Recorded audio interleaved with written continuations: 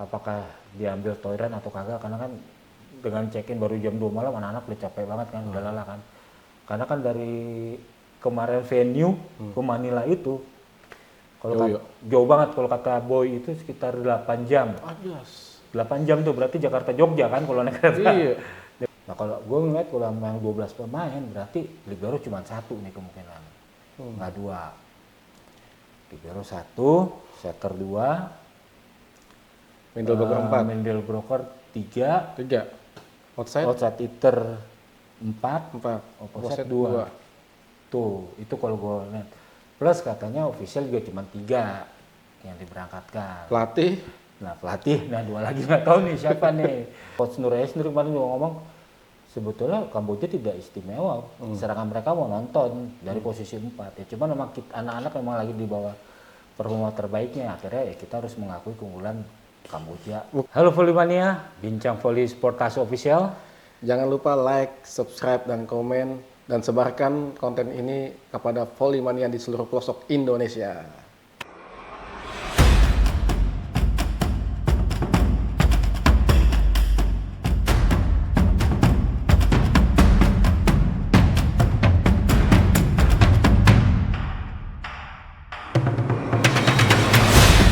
Halo, assalamualaikum warahmatullahi wabarakatuh. Kembali lagi di podcast Bincang Volley Sportase bersama Bang Bogi.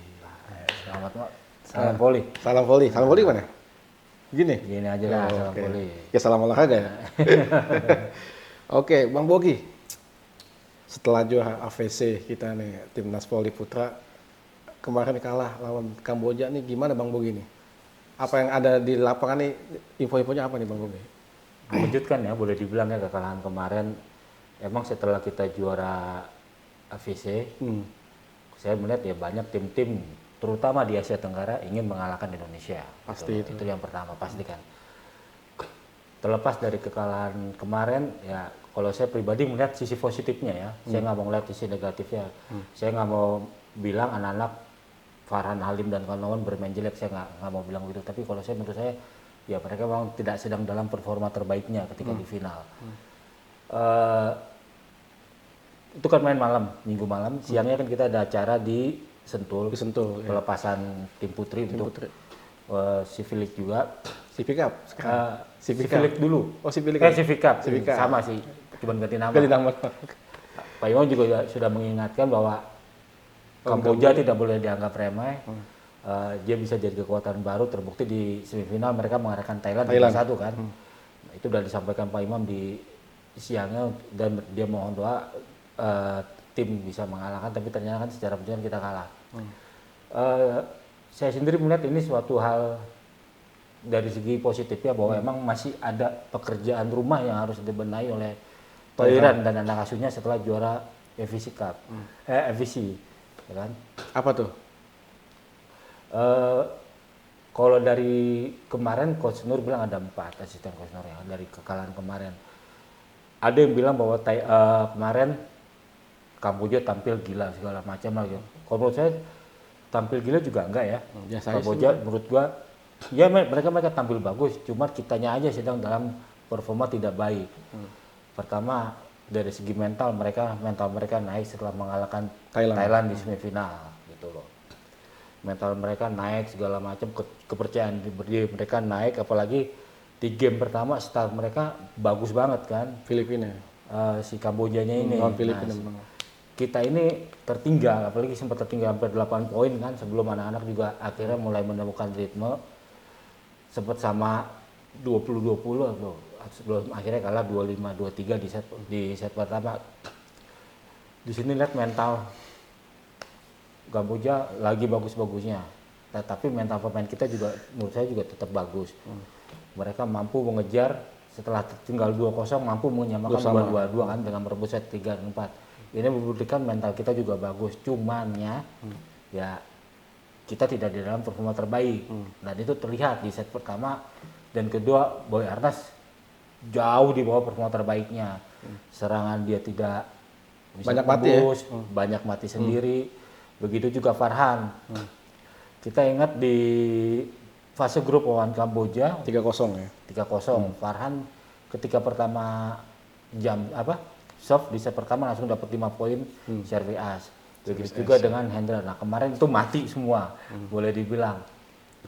Itu yang pertama, dari segi serangan kita kacau. Serangan kita tidak mematikan, banyak mati sendiri. Yang kedua dari segi blok.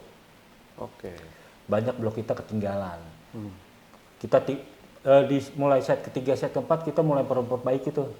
Dari hanya 2 blok kemudian jadi 3 blok untuk memblok di posisi 4 terutama kan. Kalau kita lihat tuh serangan kemarin Kamboja itu banyak dari posisi 4. Posisi 4 ya. Offside hitter-nya kan. Kita coba 3 blok tapi tembus kan. Ditambah lagi defense kita juga kurang bagus nih. Defense kita kurang bagus. Cover blok kita juga kurang. Berapa kali bola-bola ajaib Kamboja itu bikin pemain kita tuh mati langkah segala macam. Ini yang menjadi PR juga bagi Toiran dan teman-teman lainnya, Farhan, untuk memperbaikinya. Tuh, yang kedua ya, yang terakhir ya itu serangan kita dari servis juga kurang mematikan ya. Kurang mematikan. Kurang serang ya. Kurang serangan. Kalau kita kemarin lihat dalam 5 set itu kita lihat, saya melihat terutama Alvin ya. Alvin mencoba mengubah dari jump shot menyerang, dia coba segak soft. Float ya. Agak float kan. Sayangnya itu kan bukan namanya serve itu bukan hanya sekedar bola masuk. Di situ juga pasti mereka berpikir kalau gue serve kayak gini gue mesti apa. Dan itu ternyata juga nggak jalan. Gitu loh. Itulah yang membuat kemarin akhirnya Kamboja bisa mengalahkan kita 3-2. Sejarah buat mereka Bang ya? Sejarah buat mereka. Tapi kalau saya melihat ya ini adalah posisi positif ya. Kita ya inilah PR-PR yang harus dibenahi gitu loh. Coach Nur sendiri kemarin juga ngomong sebetulnya Kamboja tidak istimewa, serangan mereka mau nonton dari posisi 4 ya, cuman memang anak-anak memang lagi di bawah performa terbaiknya, akhirnya ya kita harus mengakui keunggulan Kamboja. Mungkin ini kali Bang, fisik kali, karena rotasi kita kan terlalu mengandalkan Farhan sama Boy misalkan di set itu ya. Di sini terutama di outside hitter ya, ketika Boy set pertama, set kedua kurang maksimal, Teran coba memasukkan Sigit Ardian. Tapi ternyata Sigit juga karena gabung juga mendadak di segala macam. Ya, Sigit performanya juga tidak dalam 100% kan, walaupun kemarin juga tampil juga lumayan kalau menurut saya pribadi. Sementara Doni tidak dimainkan sama sekali. Kemungkinan ya cedera bahunya masih ini ya? Masih berbahaya gitu loh. Berarti bisa dibilang agak memaksakan membawa Doni ke CP Cup kemarin Bang? Bisa jadi. Tapi mungkin Thailand pasti punya pertimbangan sendiri ya, dan tim pelatih gitu loh. Mengapa Doni akhirnya tetap dibawa di putaran pertama. Nah, nanti di putaran kedua, nah ini seperti yang kemarin bincang poli kita kemarin kan, tuh banyak yang komentar, Luffy, terus Toiran yang ketika ngomong itu, Luffy. Nah, ini info yang saya baru dapat, keinginan netizen volley agar Luffy masuk tim dikabulkan. Siapa gantinya? Jadi Luffy masuk menggantikan Doni. Informasi ini saya dapat sekitar 10 menit, 15 menit yang lalu. Luffy masuk menggantikan Doni. Di Velodrome nanti kita main mulai hari Rabu ya. Nah, kemudian untuk libero Rehan digantikan nama Raka. Rehan apa yang mana nih? Rehan nih, namanya sama kan, Raihan sama Raihan. Gitu loh. Kalau yang gue baca sih tadi info yang gue dapat Raihan gitu loh. Diganti sama Raka. Ini sesuai dengan prediksi kita bincang poli tahun lalu kan, minggu lalu yang saya bilang bahwa Raka nggak bisa main di putaran pertama, tapi di putaran kedua Raka harus main. Nah, ini setidaknya yang akan terutama Raka menutupi kelemahan kita receive ya, di receive. Kita udah tahu kan Raka adalah salah satu dari libero terbaik Indonesia saat ini selain bahkan Irfan, di gitu loh. Asia Tenggara Bang. Ya boleh dibilang gitu loh. Nah, masuk ke Lutfi setidaknya penyegaran dan kita punya senjata baru gitu loh. Jadi kalau ketika Farhan sama Boy lagi energinya lagi underperform, Lutfi dimasukkan. Dan itu juga ketika lawan Filipina Sigit main kalau nggak salah. Main. Tapi emang nggak banyak ya. Nggak banyak. Nah itu saya juga sempat menanyakan ke Coach Nur. Faktor apa akhirnya Sigit dimainkan sementara sebetulnya Boy waktu itu juga Farhan kalau nggak salah ketika itu juga masih dalam performa bagus kan. Coach Nur juga ngomong ke saya, kita memainkan Sigit sebagai jaga-jaga antisipasi jika kedua pemain ini underperform, dan itu terjadi Final ya. di final gitu loh. Nah sayangnya Doni emang tidak bisa dimainkan sama sekali. Gitu. Udah pakai jaket aja Doni itu ya. Udah pakai jaket aja kemarin Doni. Sebetulnya gatel juga sih kalau menurut gue, dia pengen turun. Panas juga itu dia Panas pasti. juga dia. Oke. Nah itu udah apa? Libero Libero outside tentang Civic Cup. Nah kemudian yang kemarin sampai kita komentarin juga adalah video kita tentang Asian Game. Oke. Jadi Asian Games tanpa Rifan dan Nijar bagaimana? Nah kemarin kan wawancara dengan Pak Pak Imam. Imam. Saya pribadi wawancara sama dia, Pak gimana nih Asian Game dengan target yang cukup berat, Perunggu. Ya. Perunggu ibaratnya Jepang sama Iran ini udah kekunci nih. udah kunci kan. Tinggal satu perunggu Berarti kita saingan sama bunuh-bunuh Cina, tuh. Korea, Qatar, Bahrain ya. Nah, gimana nih Pak? Thailand kemungkinan ingin membawa lagi Rifan ataupun Nijar karena kita perlu skuad yang terbaik. Pak Ketum ngomong bahwa sudah menyerahkan daftar pemain ke KOI. NOC Indonesia KOI ya. NOC lah. Karena kan emang mereka diminta buru-buru kan. Terakhir itu akhir Juni diserahkan. Berapa nama tuh? Nah, kalau Pak Imam kan ngomong 12 kan, 12. Nah, setelah gue coba cross check dari sumber yang lain, apakah benar 12? Karena gue pribadi, kalau hanya 12, ini nggak terlalu berbahaya. Berbahaya kalau Kenapa cedera berbahaya? Kalau tiba-tiba dalam persiapan ada yang cedera Iya, atau cedera. segala macam, di gimana? Ternyata kagak. Ternyata itu long list. Nggak 12 pemain. Berapa? Lebih, cuman berapanya gue belum dapat nih, informasi berapanya berapa. Yang pasti lebih dari 12 pemain. Nah sayangnya di dalam list itu setahu gua kemungkinan itu udah nggak ada nama Nizar, udah nggak ada nama Rifan. Begitu juga nggak salah di Putri nggak ada nama Megawati. Karena sebelum itu diserahkan ke KOI, mereka kan sudah memutuskan mengundurkan diri kan. Oke, jadi PBPSI menghormati itu. Menghormati itu karena kan Nizar dan Rifan mengundurkan diri karena alasan regenerasi. Nah karena mereka sudah mengundurkan diri, nah daftar nama yang diserahkan ke KOI KOI ini ya akhirnya tanpa nama mereka. Tapi kan kalau lihat dari omongan Pak Ketum juga ngomong ya kalau emang nanti Riedel benar-benar pengen bawa ini ya kita lihat nanti situasinya seperti apa. Jadi kalau menurut gua peluang itu masih ada, Masih tapi ada lah ya. ya kita tunggu nanti gimana kondisi dan situasinya seperti itu. Karena gue juga nanya ke pihak orang-orang, ada orang PB kemarin nanya kenapa 12 ya selain karena emang katanya IOC cuma akan memberangkatkan 12 atlet di voli gitu loh, baik putra dan putri. Nah kalau gue ngeliat kalau memang 12 pemain berarti libero cuma satu nih kemungkinan, nggak dua.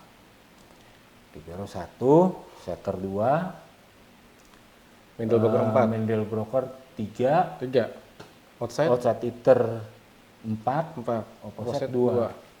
Tuh, itu kalau gue lihat.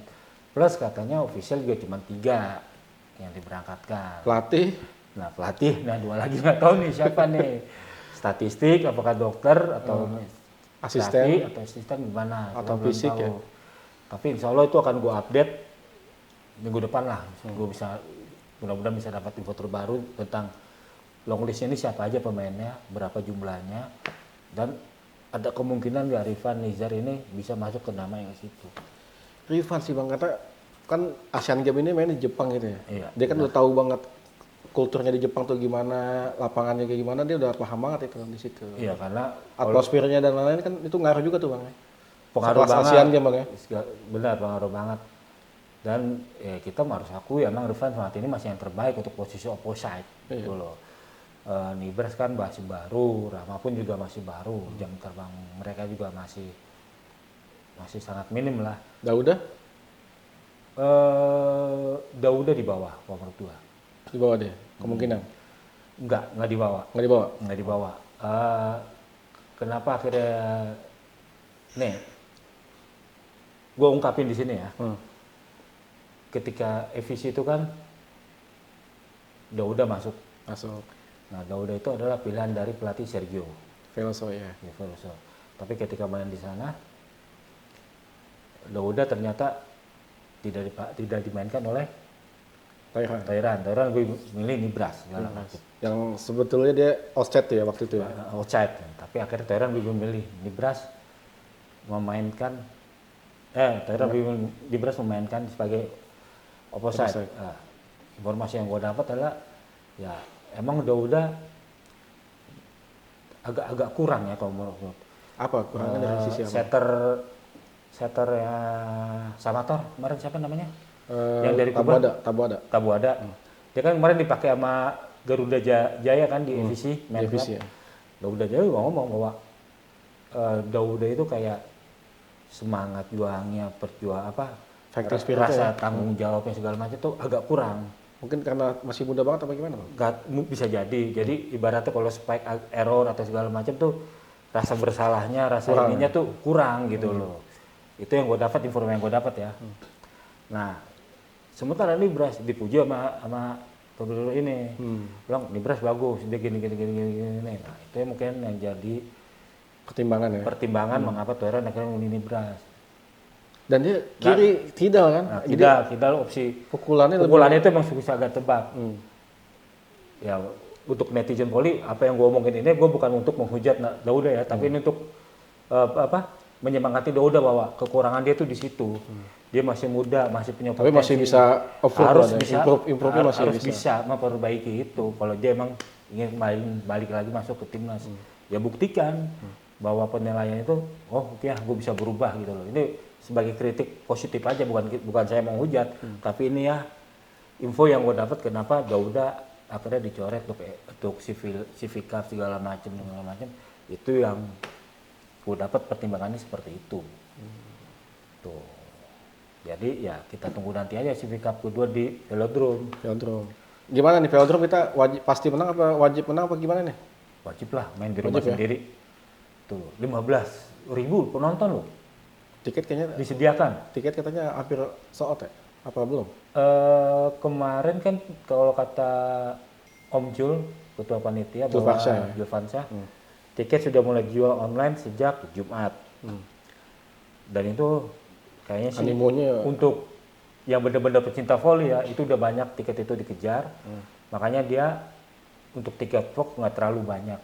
Tiket box nggak terlalu banyak, karena menurut dia yang paling beli di tiket box itu adalah orang-orang yang kebetulan mungkin ada di Velodrome akhirnya penasaran pengen nonton.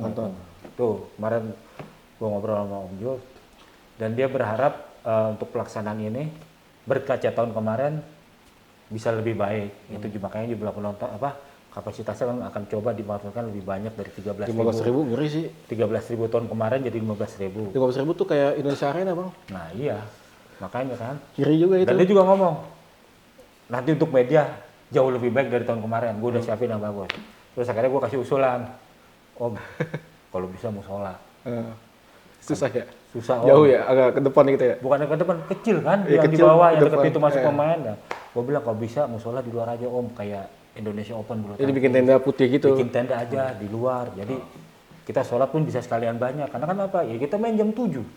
Iya. Jam 7 rata-rata penonton jam 6 udah main dan mereka pengen sholat maghrib juga kan itu. Kemarin gue udah mau ngusulkan itu ke Om Jul, Om buat sholat maghrib nih. Oh ya, itu juga kita pikirin. Tampung lah ya. Kita tampung, gitu lah. Menariknya seperti itu. Jadi si pick up besok wajib banget. Wajib menang, main di rumah sendiri. Gitu. Dan barusan juga dapat info dari Lodri bahwa jam 11 baru landing anak-anak 11 tadi nih, nanti jam 11 pagi besok ini. Dan kemungkinan baru jam 2 malam masuk hotel.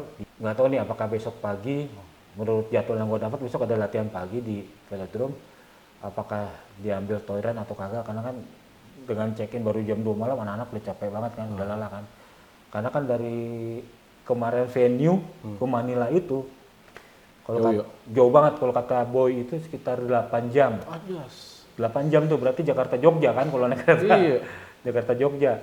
8 jam, 7 jam bisa pakai pengawal. Iya Jogja ya. Jogja Solo lah. Jogja kan. Kayak kemarin gue liputan final Superliga aja naik kereta Begawan aja hampir 9 jam kan tuh Jakarta Jogja. Nah itu kata gue wajar kemungkinannya. Barusan udah pitball, jam 11 baru nyampe, urusan imigrasi mungkin sekitar selesai jam 1, jam 2 mungkin yang baru masuk hotel. Oke, siap. Tuh. Ada lagi Bang Bogi yang mau disampaikan? Itu dulu informasi dari saya.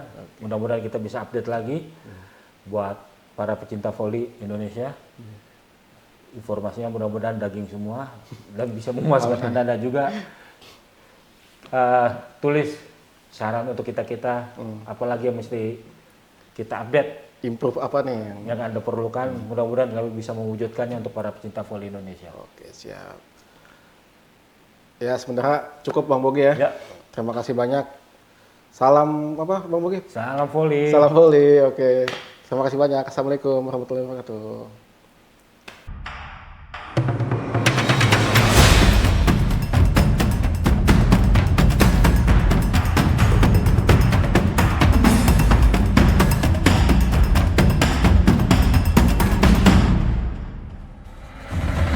Halo Volimania, Bincang Voli Sportase Official. Jangan lupa like, subscribe, dan komen, dan sebarkan konten ini kepada Volimania di seluruh pelosok Indonesia.